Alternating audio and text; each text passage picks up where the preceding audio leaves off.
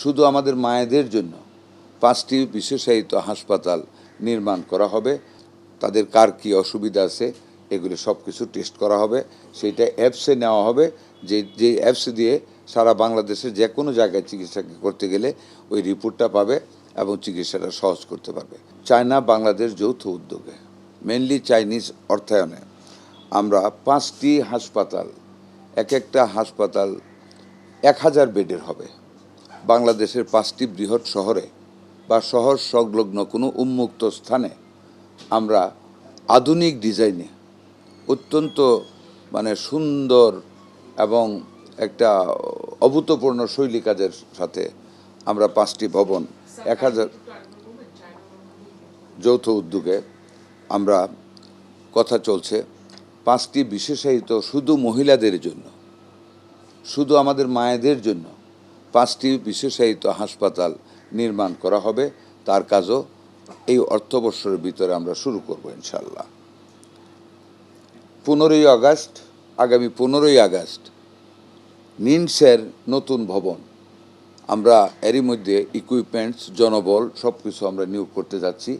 আগামী 15ই আগস্ট মাননীয় প্রধানমন্ত্রী নিমসের নতুন ভবন উদ্বোধন করবেন এবং সেইটা পুরোদমে তার চিকিৎসা কার্যক্রম শুরু করবে।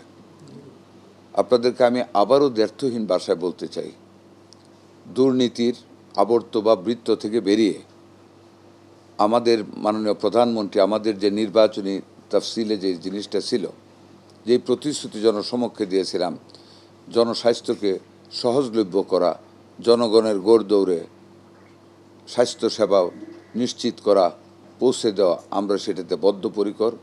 মাননীয় প্রধানমন্ত্রী সেই লক্ষ্যে আমাদেরকে নিয়ে কাজ করে যাচ্ছেন, বিভিন্ন দিক নির্দেশনা দিচ্ছেন।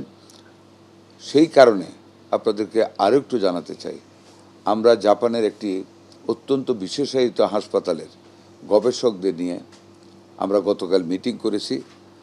আমরা 6টি ইউনিয়নে 2 কোটি টাকা করে খরচ করে আমাদের নিজস্ব ফান্ড থেকে আমরা ঘরে ঘরে স্বাস্থ্যসেবা দেওয়ার জন্য kit box, medical kit box, যেটার ভিতরে অ্যাপস থাকবে, রক্ত পরীক্ষা থাকবে, ইউরিন পরীক্ষার সিস্টেম থাকবে, সকল পরীক্ষা, ইনভেস্টিগেশন, ডায়াবেটিস থেকে শুরু করে সব কিছু থাকবে। আমাদের জনবল সাথে দিয়ে আমরা প্রত্যেকটি ইউনিয়নে আগামী কিছুদিনের ভিতর 1টি করে ইউনিয়ন নেব আমরা, 6টি উপজেলায় অথবা 10টি উপজেলায়, 6 বা 10টি উপজেলায় 1টা করে ইউনিয়ন নিয়ে আমরা ঘরে ঘরে আমাদের সেই বর্তমান যে আমাদের মিডওয়াইফার আছে, হেলথ কর্মী আছে, তাদেরকে দিয়ে ঘরে ঘরে আমাদের ছেলে হোক বা মেয়ে হোক তাদের হেলথ স্ক্রিনিং করা হবে। তাদের কার কী অসুবিধা আছে এগুলো সব কিছু টেস্ট করা হবে। সেইটা অ্যাপসে নেওয়া হবে, যে অ্যাপস দিয়ে সারা বাংলাদেশের যে কোনো জায়গায় চিকিৎসা করতে গেলে ওই রিপোর্টটা পাবে এবং চিকিৎসাটা সহজ করতে পারবে। পাইলটিং স্কিমটা যদি আমাদের সাকসেসফুলি শেষ করতে পারি, আলহামদুলিল্লাহ, অত্যন্ত আনন্দের সাথে বলি, আমরা সারা বাংলাদেশে একযোগে সেটাকে আমরা প্রতিষ্ঠিত করব ওই সংস্থার মাধ্যমে। জাপানিজ 10টি উপজেলার 6 থেকে 10টি উপজেলার 1টি করে ইউনিয়ন আমরা পাইলটিং শুরু করব। এই কাজের সফল হলে আমরা যে 1 লক্ষ শ্রমিক নিয়োগ করতে যাচ্ছি, আমাদের এখানে একটা কষ্ট কমে আসবে, যেটা 2 কোটি সেটা অনেক কমে আসবে, 1 কোটিতে এসে পড়তে পারে।